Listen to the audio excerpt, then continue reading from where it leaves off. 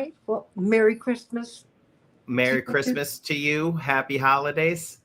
Well, I am the Christmas girl. Oh, you should see my around my fireplace. I have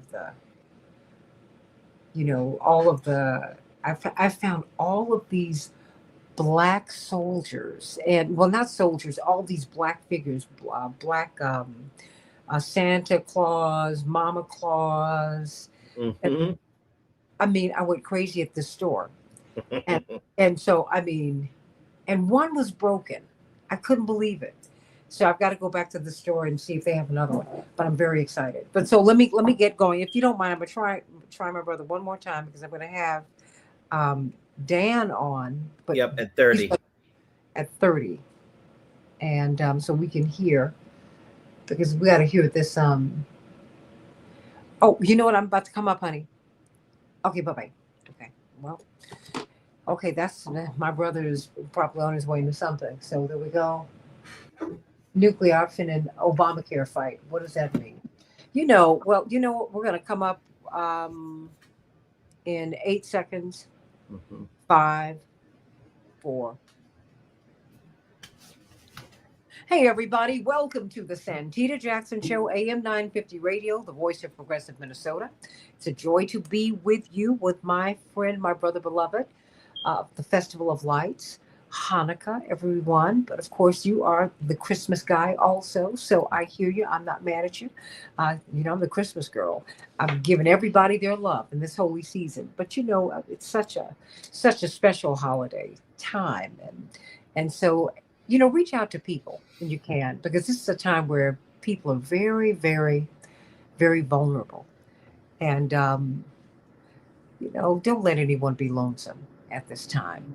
If you have some extra soup or extra piece of something, just give it to your neighbor. Just really kind of embrace people at this time. And let's think about each other. This is a time we're looking at matters of war and peace. We are also looking at really our health care. We won't be able to fight any wars if we're not well enough to fight them. And there is a real fight on Capitol Hill over Obamacare. I think that one of the challenges of about this fight for Obamacare is this. We've made it about President Obama instead of about you. The fact is, with all of the wonderful things that we saw in Obamacare, it really did not go nearly far enough. The fact is, we do need a universal single payer system. We're the only major industrialized nation that does not have that. And it's telling. It's telling. What the Republicans are offering up does not work. As ACA, it has its challenges. What's really going to work is something that most Americans want, Alex Lawson, Executive Director of Social Security Works. It's Medicare for all. It's a universal single payer system. The number one driver of your bankruptcies in the United States, healthcare costs. I know what my family have to deal with a father and mother who have worked extremely hard for more than 60 years, Alex. And it is a whole lot. And I'm not of the same mind as Ezekiel Emanuel, who says that after after the age of 75, you don't need any life saving measures. I don't agree with that. I think you ought to be able to live out your days as long as God gives them to you, and you ought to be able to live them out well. We've got some of the best health care in the world. It's just most people in America don't have access to it.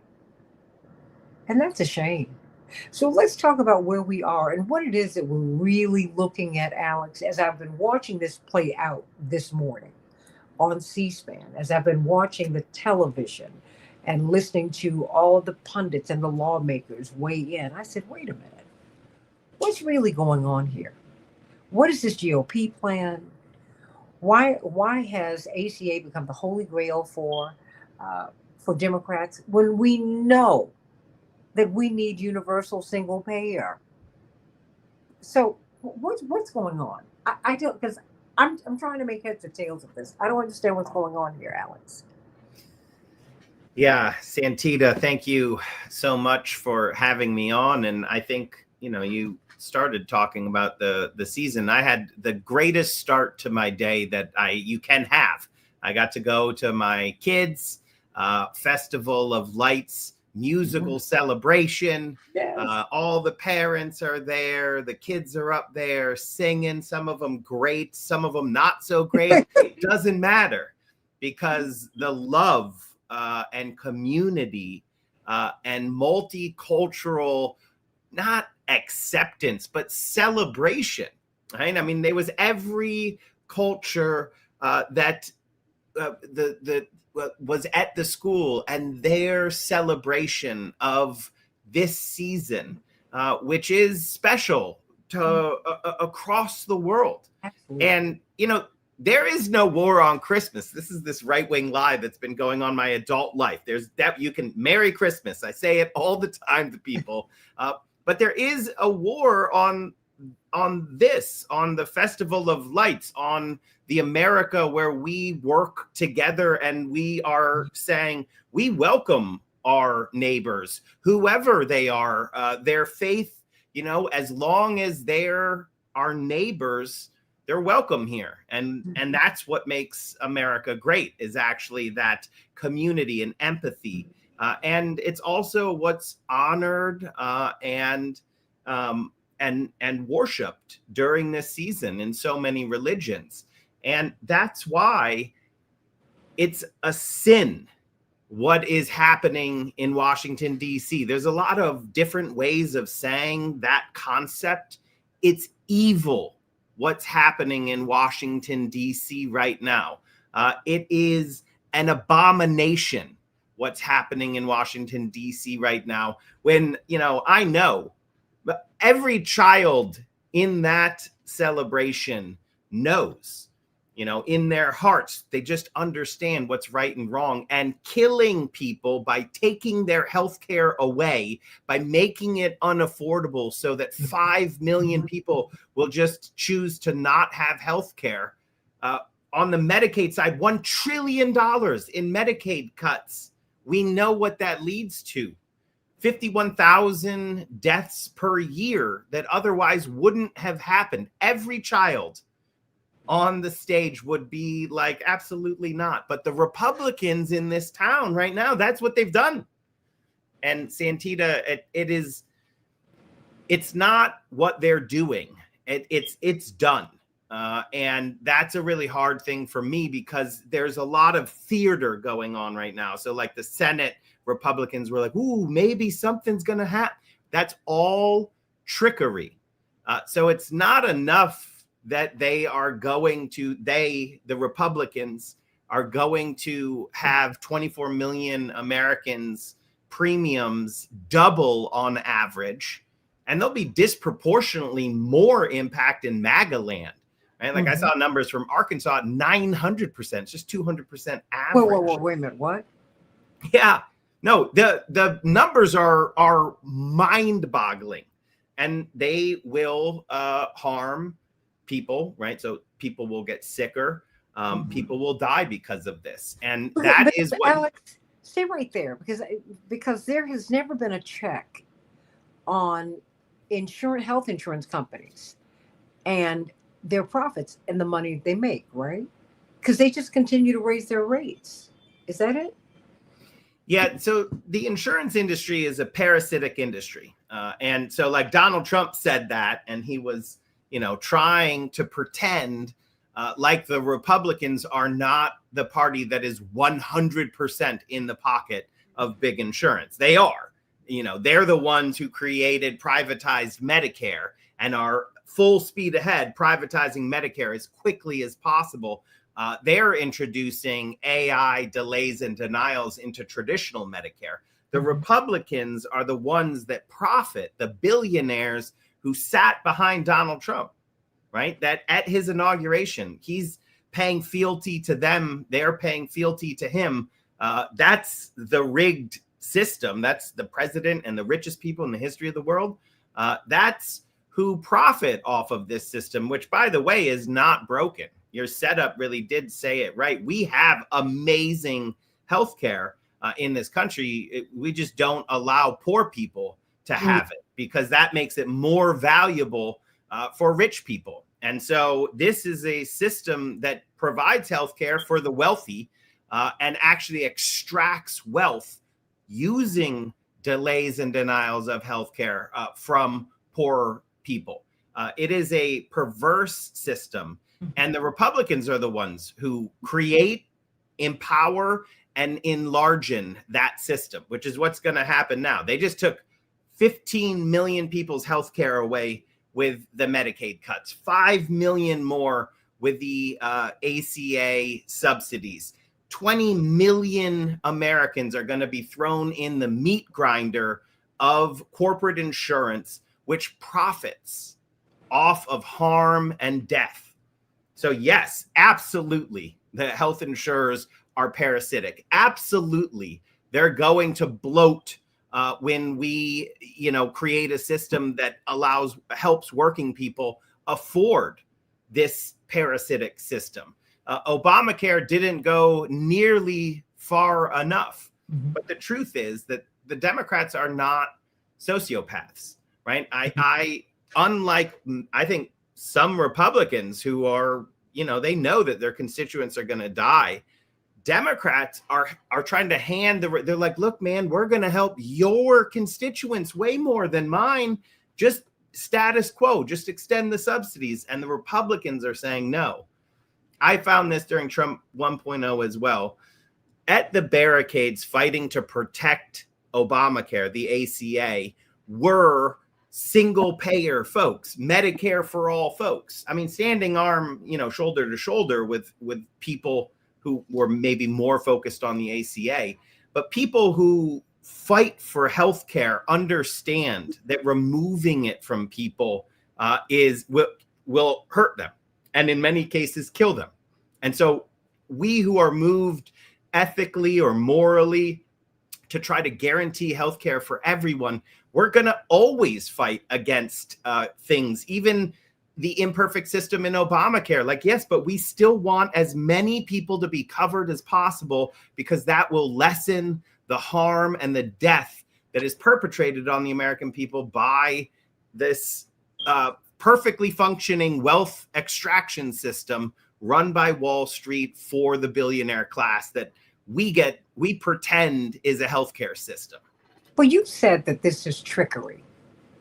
What do you mean by that? I mean, because if I'm looking at the news, as I'm listening to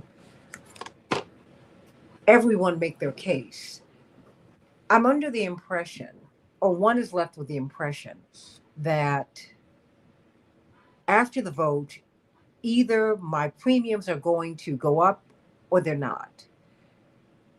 And help me to understand, is it a foregone conclusion that our premiums are going to spike in January? That's what I mean. It has happened. The Republicans, quote unquote, won. Premiums are going to spike. The game was over when the government shutdown ended and did not yield Republicans coming to the table on the premium spikes. Explain that. What happened? So the Democrats said, okay, you are cut $1 trillion out of Medicaid, and you're not going to extend these subsidies on Obamacare. And the subsidies on Obamacare had to be extended by the end of the year, right? By the end of December. This is back in October. And the Democrats are saying, we're going to shut down the government until the Republicans come to the table and do something about healthcare. And I will say, in DC, it was sort of a known thing that the Democrats were more than willing to say, we're going to fight on Medicaid another day. Let's just come together on the easier one, which is the Obamacare subsidies, especially because so much of the harm is concentrated in Republican districts. Marjorie Taylor Greene, for example, talked about it all the time, about how she was getting a ton of incoming mail and notes and, all the messages to her office, including from family, about their premiums spiking because the letters go out, in November. Children. her own children. She said, Yes. wait a minute, they're not going to be able to afford their health care. And that, that happened, that people saw these numbers. It's real. But the Republicans, they did not come to the table. And I think that if Donald Trump had given them an opening, there was a moment when it seemed like maybe there was going to be something. And then Donald Trump just slammed the door on it. He said, and I think it has a lot to do with the fact that the ACA is called Obamacare. I think he's so jealous and threatened by Obama, and his hatred runs so deep that he just, that was a part of it. But as soon as Donald Trump said it's not happening, all of the rest, Santita, every other public statement, maybe, and the writing different, all of that is just theater, because there was never a moment that it was that the House was going to pass something, that the Senate would pass, and it would get to the president's desk. So what happened today is you saw a handful of House Republicans join Leader Jeffries' discharge petition, 3-year clean extension. And the discharge petition is great. Like Leader Jeffries he did not cave. The Senate caved. The House held firm and have been fighting on the right turf the entire time. And Hakeem Jeffries' strategy actually yielded fruit. The discharge petition hits 218. That means there'll be a vote on the House floor. It could pass out of the House with those same Republicans. But those Republicans know that in the Senate, they've already voted this down. It doesn't get past the Senate. And then even if there was some holiday miracle where the Senate changed their minds, it would not get signed into law by Donald Trump. So the only thing that's happening right now is individual politicians are trying to save their political futures. And you look at that Vanity Fair article by the chief of staff of the White House, and you can see the avenues of distancing that are already happening. Because the president is clearly deeply unwell. And that, retirements are going to accelerate throughout the year as more and more Republicans in the House and maybe in the Senate realize that they're not going to be able to maintain their offices in the face of Donald Trump's incredibly unpopular policies and his personal failings, like gleefully gloating about a family tragedy in Rob Reiner and his wife's murder. That I think was a bridge too far for so many. Yes. But there was this specific grouping that I think it was primarily women. But, maybe I'm wrong. We'll see the data in polling. But evangelicals who really were I don't think he's a bad person. This is a character that he plays to advance our agenda. And there's a ton of propaganda. And then they saw his own words, his own words that's evil. That's mean. That is deeply unchristian. And I think that mask coming off for a bunch of people, that'll continue, because I don't think the president's going to get better. I think he's going to get worse as his power diminishes. And I think that he is dealing with cognitive decline or just physical stress that he can't handle. He looks bad, right? Every time he's on camera, he looks bad. He sounds bad. And, I think that's the reality of Washington, D.C. right now is Republicans understand that they've hitched themselves to this guy and that this guy is going down, and they're trying to save their own political careers. But those House Republicans who voted for the discharge petition, they are no heroes, right? I give them no credit at all. Why did they wait till the last minute? If they really wanted a solution, they needed to have it happen. Their votes happen way earlier. So it's all politics. Well, but it's all the oligarchs. I mean, because the winners here, the winners are the health insurance companies. We're not winning. And I'm trying to figure out why it is that they're still in business, Alex. The con is pretty easy.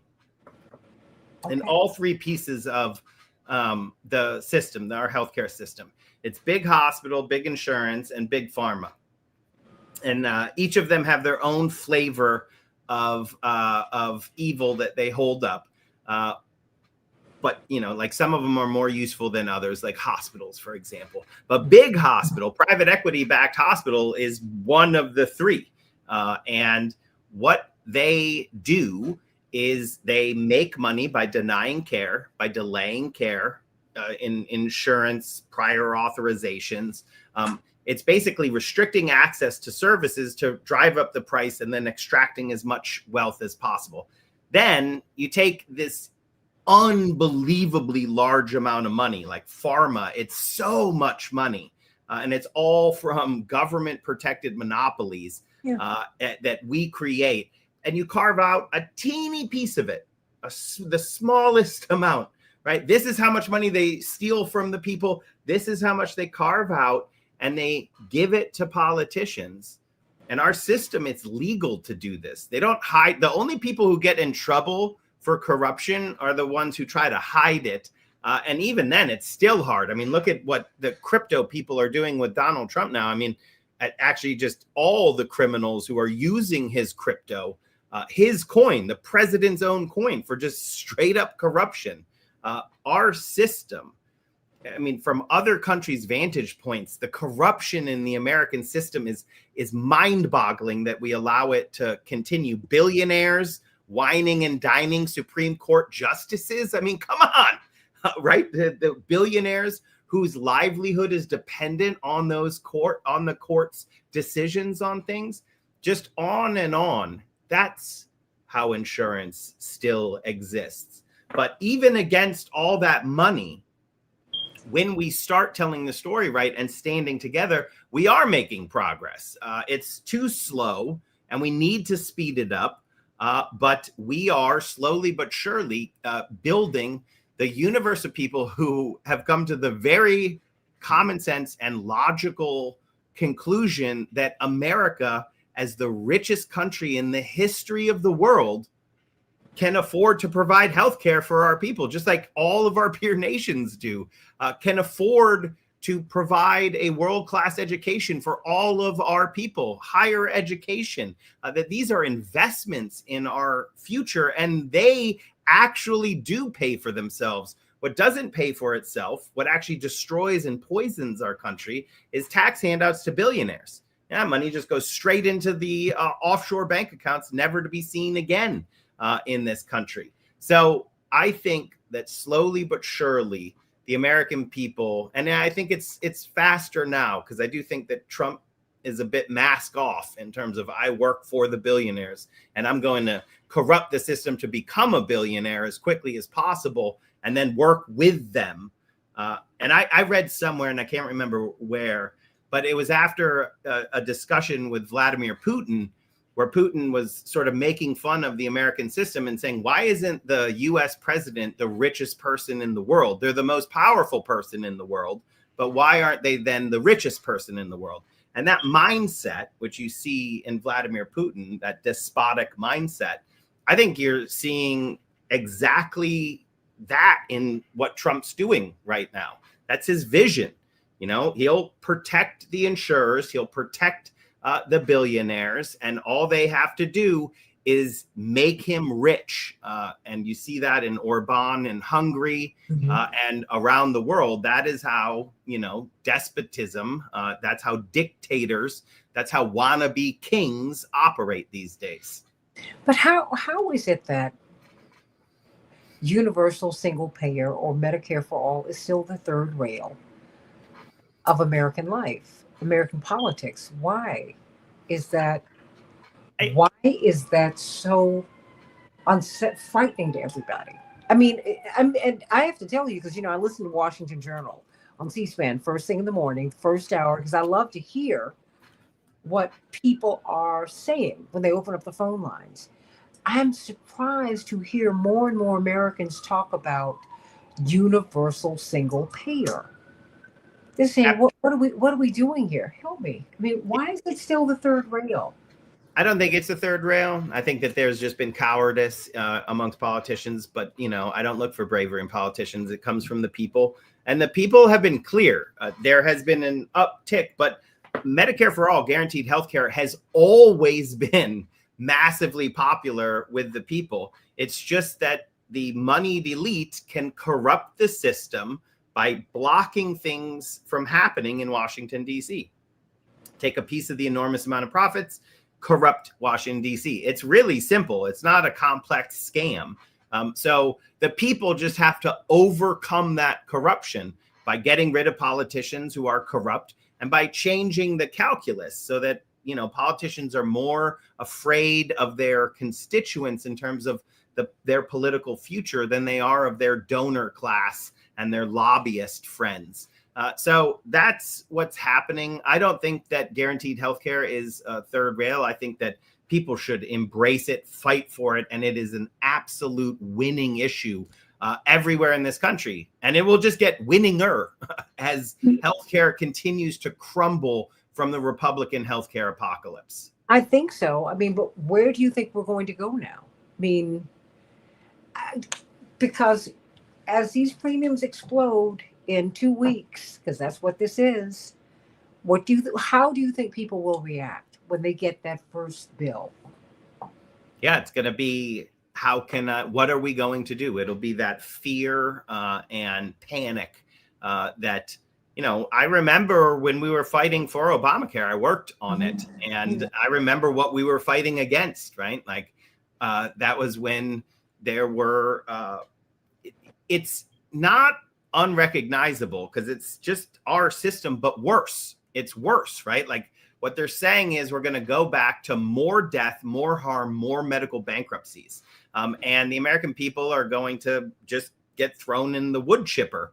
That's what the Republican plan is. It is no plan. It is just die. And health insurers make a ton of money and billionaires make money. And the American people they're going to react with either immediate rage or it's going to be fear, sadness that leads to rage. But it's going to have to be organized by people so that we understand this is happening. And, the premium spikes are just one part of it. It's actually the smaller piece of the Republican healthcare apocalypse that is underway. Because the $1 trillion out of Medicaid, that is going to change the face of healthcare in this country in ways that people cannot visualize right now. They do not understand that things that they've counted on, their hospitals, pieces of infrastructure, things that they believe will just be there and exist, are going to go away. Nursing homes across the country, already such a difficult thing to deal with and work with families are wrestling with it because Wall Street has gotten in and it's really, really difficult. And it's about to get so much worse. Hospitals, right? We already, before $1 trillion was cut, we already saw maternity wards closing around the country, especially in rural areas because it was quote unquote not profitable. That just accelerates. If your hospital doesn't close, it might lose services. And the first two services on the chopping block, maternity wards and emergency rooms. I mean, literally the things that you think about when you think of a hospital. And even if you don't lose any services, your hospital, which is now open, that's where everyone who was going to these other hospitals is going to be coming to now. Literally, unless you are a billionaire who can fly their helicopter to a private doctor, pay all in cash, and never go out in public where you could have an accident and have to enter the system that the rest of us have to use. But only if you're a billionaire will your healthcare not get demonstrably worse. For all the rest of us, our healthcare gets demonstrably worse. In economic terms, our standard of living will go backwards. And it'll be the first time that's happened in a very long time in America. And I think the magnitude is going to be maybe never. The only analog to this, I think, is if you look at Brexit. And if you look at the impact of Brexit, which is literally a country tricked by their billionaires, some of whom are our billionaires too, into voting against themselves so that the billionaires could loot them, more effectively. And their standard of living has fallen. Their GDP has fallen. They have hurt themselves. That's where the US is right now. That's what the Republican healthcare apocalypse will look like. If you live in a rural area, you should definitely check at socialsecurityworks.org. You can get in contact with us. But, the Senate Finance Committee, Democrats, have a list of all the hospitals that are going to close. Maybe some of them won't if we fight back hard, but most of them will.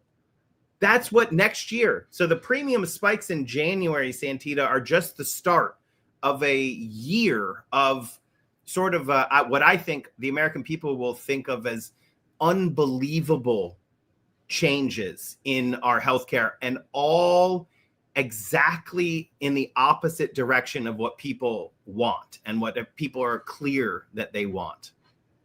Well, tragically, maybe we're going to have to see it to believe it. I don't want that to be the case. I don't want to see 51,000 needless deaths per year. And that's just the baseline. It will be more. We already have more women die, black, brown, white, yellow, red, trying to have a baby than any industrialized nation. Black women are 3.5 times more likely to die trying to give birth. And we're passing laws at the same time, right to die laws. I see a connection here. And it's very disturbing to me. I think we're going to have to fight for life. You've got to come back, because certainly the president's going to be speaking this evening. And with the money, cutting the checks to Argentina, cutting the checks to these militaristic adventures and misadventures. In the meantime, Americans are not going to live. But you can if you fight back. Very quickly before you go, how can we fight back? Through adversity, solidarity grows. So one person's voice can be ignored, but when we stand together, we cannot be ignored, and we will win. So if you go to socialsecurityworks.org, find us. If you sign up for our email list, you'll be right in the middle of these coming fights. We're going to have a rural hospital campaign. We've been having actions across the country for months now. We're going to have a Social Security Day of Action in the middle of January. There are a lot of people, the majority of people, who are furious at what's happening to our country and are fighting back effectively. And to whatever extent, it's a relay race. You do what you can. But together, as long as we work together, we will always win. Alex Lawson, Social Security Works. I am always so excited to have you here. And I'm going to bring up someone who I want you to meet, someone who I already know has turned into a hero of mine, just as you are, Alex Lawson. This is attorney Dan Kovalik.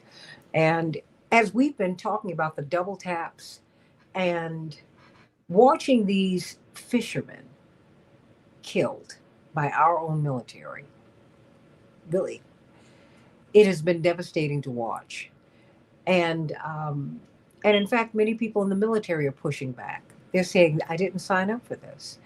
Well, it always takes, if we just get one person who's going to fight back on behalf of the people who've been killed. These are poor people. In this Christmas season, Jesus was a carpenter and he fished. Look at what's happening. Well, there is a man who is standing up for one of those persons who was killed. And I'm so honored to have this attorney, Dan Kovalik, with us today. This is Alex Lawson from Social Security Works, who does fantastic work. Both of you are great heroes of mine. And in fact, just so that you know, Alex, I was reading this incredible story on Covert Action Magazine, which I read every day. Hello, yes, I'm one of those persons.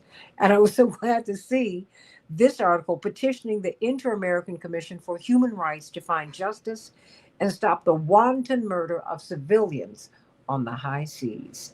And so, before you go to your Festival of Lights, my Christmas guy, only in America we bring it all together, don't we? Yeah.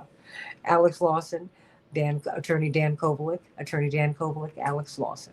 Nice to meet you, Alex. It's great to meet you, and thank you for all of the work that you're doing. And Santita, obviously, thank you for getting the story out, getting the truth out. And when we raise our voices together and empower truth tellers, we will win. That's just the way it works. So, Dan, please keep telling the truth, getting the story out there. And I think that, it is a very dark time, but I think standing together through adversity, solidarity grows.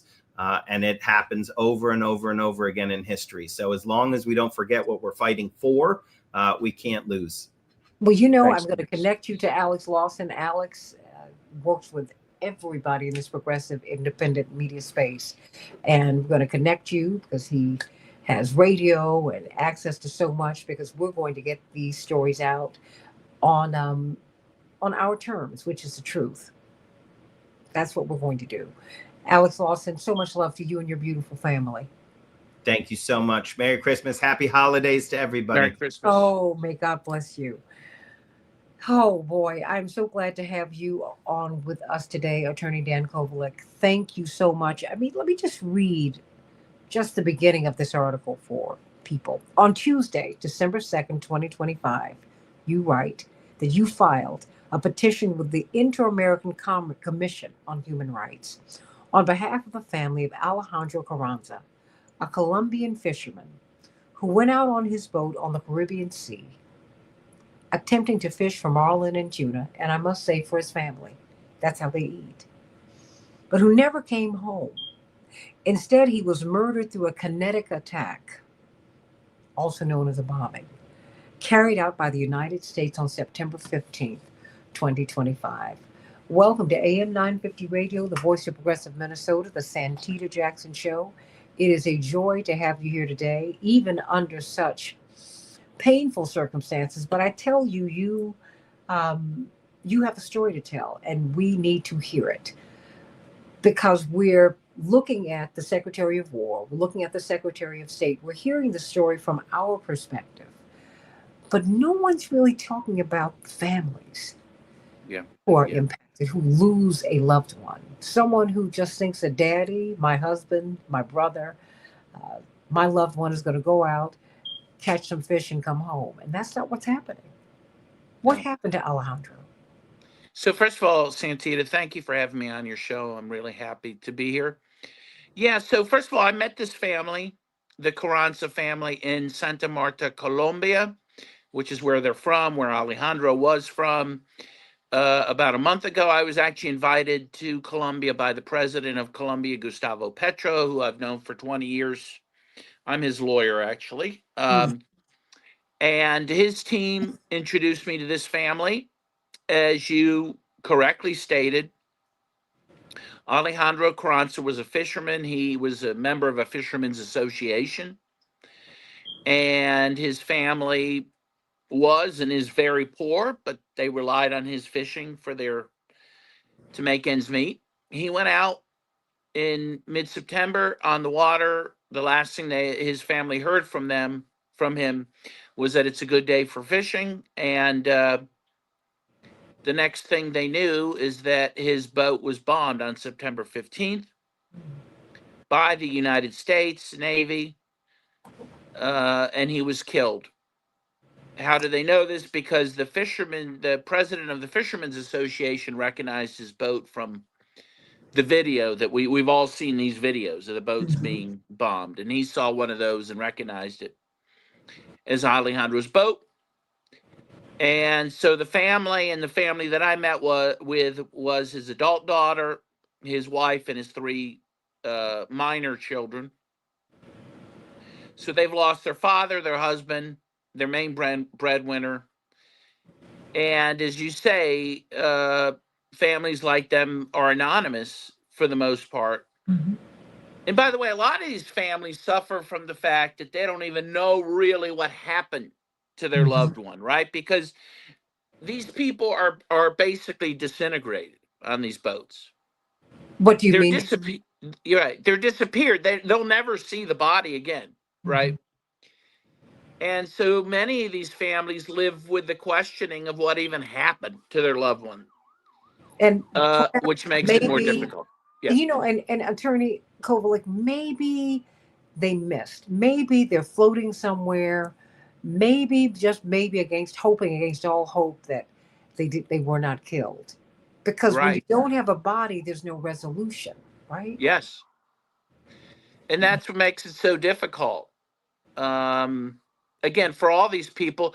And the other thing is the reason you don't hear from more families is because they're living in fear, right? Because you imagine if they believe that their loved one was blown up by the U.S. Navy, what might the U.S. do to them Hmm. if they come forward? Um, so yeah, this is the only case that I know of its kind that's been filed so far.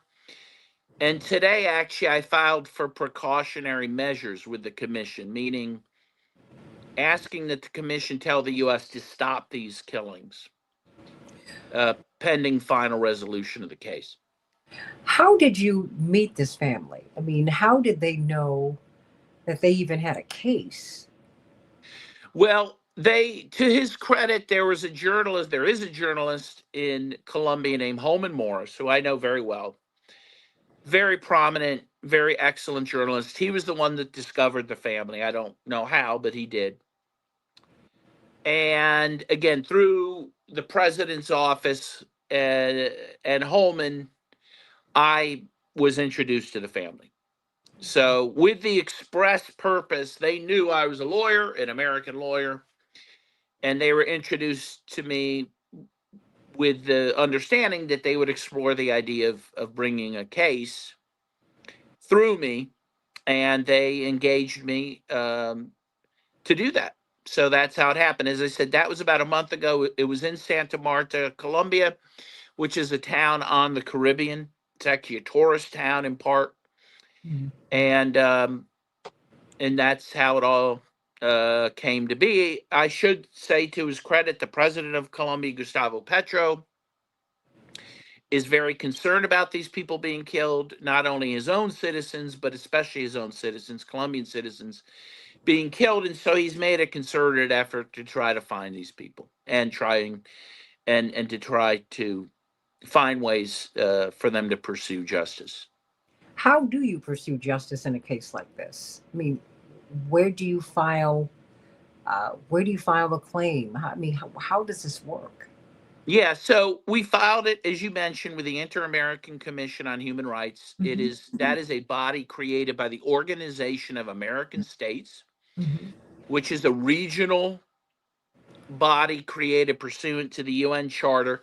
It's analogous to the EU and the EU Human Rights Commission and Human Rights Court. And the law, so under that system, under the Inter American Commission system, you can bring a case. People like this family can bring a case against a state party, in this case, the United States, for alleged violations of the American Declaration for the Rights and Duties of Man. That is a human rights instrument signed in 1948 in Bogota, Colombia. In fact, it's also known as the Bogota Declaration. It's actually the very first human rights instrument ever signed. And it was signed even before the Universal Declaration of Human Rights. But it is, most people in the U.S. aren't aware that this commission even exists. Hmm. But again, it was a commission designed really for this very type of thing. But So what, we but are, what was the yeah, inspiration for it? I mean, in 1948, what was happening that we would even have this kind of commission, that we would even have this kind of declaration? yeah. So this all followed, of course, World War II, in which the nations of the world wanted to prevent the next war. Right? They've seen World War One, they've seen World War II. Millions of people were killed. Of course, World War II saw the Holocaust, and the nations of the world came together to prevent that. So The first thing they did is create the United Nations through the UN Charter, and that was done in 1945. And the UN Charter allows for these regional bodies to be formed, to deal, again, with various issues, including human rights issues. Again, the reason these things were being agreed to was because the world was afraid of the next war. They didn't want another war like World War II. They didn't want another Holocaust. They didn't want another genocide. So you had things like the Genocide Convention, which was passed in 1948, the Universal Declaration of Human Rights passed in 1948, and again, this American Declaration also signed in 1948. Who would be answerable? I mean, take us through this case. What could be how would you argue it? What could be the possible outcome? Who would be punished? Right. Well, the commission really doesn't punish the state per se. And again, it is the state that's being sued, the United States of America, not an individual. And what the commission can do is investigate the claims, which they'll do, determine if there is a jurisdiction, determine if there's a violation of the American Declaration. In this case, it's pretty obvious that Alejandro and all the other 95 people killed were killed illegally because these were extrajudicial killings, meaning these people were never tried for any crime. They were just summarily killed, which is a violation of numerous laws, including U.S. domestic law, which prohibits murder, by the way. I mean, that's what this is. It's murder. And then they can reach a conclusion. They can then recommend various remedies, including, in this case, compensation for the family, which is what we want, but also they could tell the United States that the U.S. needs to stop these bombings. So that's what we're seeking, and we hope that through this petition, and frankly through public pressure as well, that we can bring about those results. Where would this compensation come from?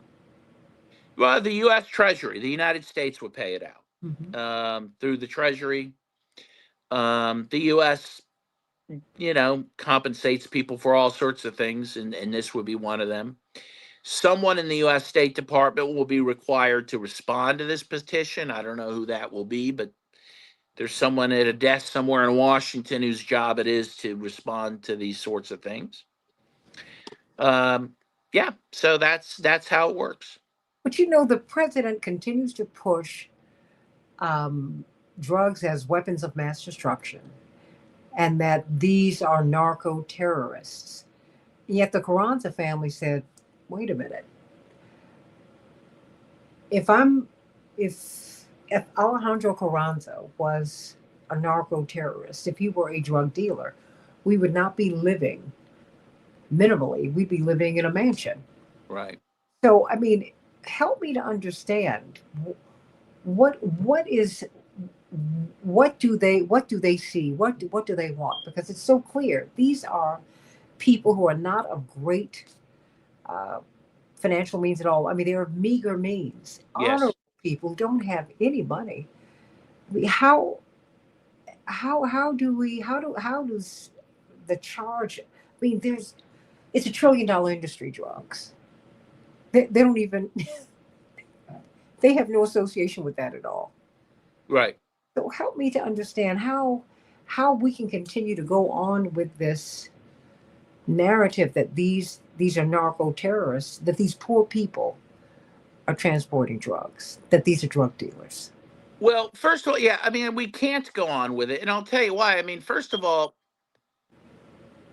you have to prove someone's doing something wrong before they're punished. I mean, let's start with that proposition.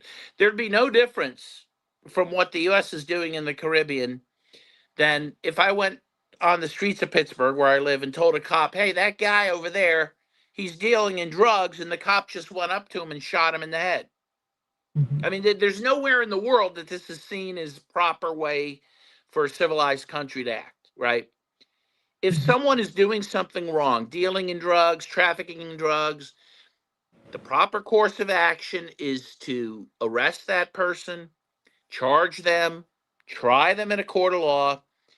And by the way, even if that would be done in a death penalty state, they wouldn't even get the death penalty because trafficking drugs is not a capital crime. So there is no justification for what the U.S. is doing, and you just can't say this guy's a bad guy. He's doing whatever. Even you can't say he's a murderer, and just kill him. You have to try him, Mhm. right? You see, Rob Reiner was just killed, right? Apparently by his son. The cops didn't just shoot his son. He's going to be tried in a court of law, and they have to find him competent first, right? So, you know, I've been asked, I've been interviewed by other outlets, and some people say, well, how do you know? How are you going to prove Alejandro's innocent? It's like, let me just tell you, where I come from, it's not up to me to prove he's innocent. It's up to the state to prove he's guilty, right? He is innocent until proven guilty. And that's being lost in all this discussion, right? What Mhm. is being done aside from killing now 95 people is destroying the rule of law. It is setting a precedent that the United States military and state can just kill anyone it wants at any time based on a mere allegation. And again, if that is the world we live in now, none of us are safe. And why do you And, say that Americans are not safe? well, Because because people function out of self-interest. How is it? Help us put us in. Help us to be there. Help us to understand why this is of great import to us. yeah, because well, I gave the analogy of the alleged drug dealer on the street. Yeah. Again, if the U.S. can do it to these people in these boats, they could just murder a drug dealer. But well, and that happens. We know that happens. Not all the time, but once in a while, cops do engage in the extrajudicial killing of people. But you're also seeing this, by the way, manifest already with these ICE detentions, where ICE is just going around with masked men with no badges, no ID, picking people off the streets. According to ProPublica, already they have documented 170 U.S. citizens who've been detained and abused by ICE. But again, ICE doesn't have to prove that you're here illegally or that you've done anything wrong. They just go up to you and they detain you. And some people are detained for months and their families don't even know where they are. So, what's happening in the Caribbean is also happening at home as we speak. This type of lawlessness against people living in this country. And, it's quite scary to me. It really is. I feel that none of us, really true, without exaggerating, none of us are safe from this. And that's why the rule of law is so important, because it protects everybody. And we always say we'd rather, 100 people go free who were guilty than one person is wrongfully put in jail and certainly put to death. And that has to be the way the world functions. And I think what Trump is doing is whittling away at international law, whittling away at the U.S. Constitution. It's very dangerous. What do you want us to know as we continue to look at these issues, as we continue to debate the double tap and try to figure out what happened there? What do you want us to know? What is not being reported? What is being lost here? Well, again, I would say one is the focus on the double tap. I want to focus also on the first tap. The first tap is also illegal. Again, because it's not based on any due process, any trial, any attempt to actually prove that someone's done something wrong. And by the way, the people being killed, whatever they're doing, they're small time people. These are not, whatever they've done, it's not affecting the drug trade in any significant way. Meanwhile, you saw that Trump pardoned the former president of Honduras, who was guilty, who had been proven guilty in a court of law and sentenced to 45 years for trafficking tons of drugs to the United States, right? So, um, But didn't they catch him with $1 million? I believe so. Yeah. And so Trump is murdering these little guys with no proof. And then he lets a guy who was proven to be a drug trafficker, a major one, go free. So people should also realize this has nothing to do with drugs in any case, and everything to do with geopolitical interests of the U.S., particularly in Venezuela, particularly in regards to Venezuela's oil. And, there's actually a decent New York Times article on that yesterday saying, yeah, that is the real reason. It's all about the oil. And I don't know, I guess Trump's going to address the nation tonight, and he may announce we're going to war with Venezuela. And I think that's what all these killings in the Caribbean and now the Eastern Pacific are about trying to intimidate Venezuela and now Colombia, because Trump has told the president of Colombia, you're next. So, which also makes this terrorism, by the way, because terrorism is defined as inflicting injuries on civilians to bring about a political result. And that's what the U.S. is doing. It's murdering these people on the high seas in order to bring about regime change in Venezuela. And so, again, it's just completely unacceptable. Would we be wise to heed the warnings of President Lula in Brazil, who said that going into Venezuela could become our Vietnam once again? Well, yes, because we know that millions of Venezuelans have already joined volunteer militias to defend the country. The U.S. does not have the human power to confront that. Again, it would be a Vietnam-style war. The polls are incredible in Venezuela. The last poll I saw was at less than 4%. 4% of the Venezuelan population supports a U.S. intervention. I mean, you have people who oppose Maduro even coming out and saying, hey, we still don't want you to invade. And by the way, again, think about it as an American. Many of us don't like Donald Trump, but none of us are going to say, hey, Russia, please invade us to get rid of Donald Trump, right? It's up to us to get rid of Donald Trump, right? And it's up to the Venezuelan people, if they don't like their president, to get rid of him. It's not up to us to do that. And again, the polls show that the 96 plus percent of the Venezuelan people are against this intervention. If you have that type of opposition to an intervention and you have millions of people armed to defend the country, it is going to be another Vietnam.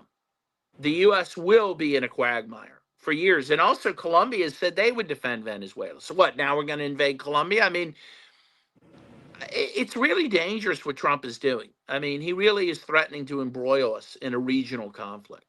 Would it be just regional? Couldn't it go global? Well, yes, because you have China who said they oppose this. Russia opposes this. Iran opposes it. Sure. I mean, this really could result in a world war. Dan Kovalik, my final question once again is, what do you want us to know? Because your story,